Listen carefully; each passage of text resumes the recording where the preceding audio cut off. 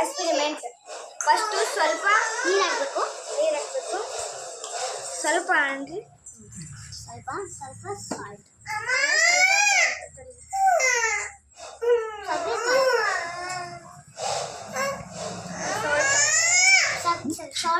Salt ಹಾಕಬೇಕು. Salt ಹಾಕೊಂಡ್ಮೇಲೆ 3 ಅಥವಾ 2 ಚಮಚ ಹಾಕಬೇಕು. ಆಮೇಲೆ ಸರಿಯಾಗಿ ಮಿಕ್ಸ್ ಮಾಡಬೇಕು.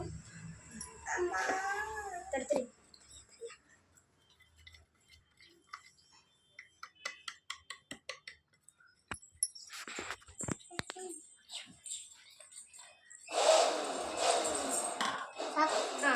ಇವಾಗ ನಾವು ಬಲ್ಬನ್ನ ಇವಾಗ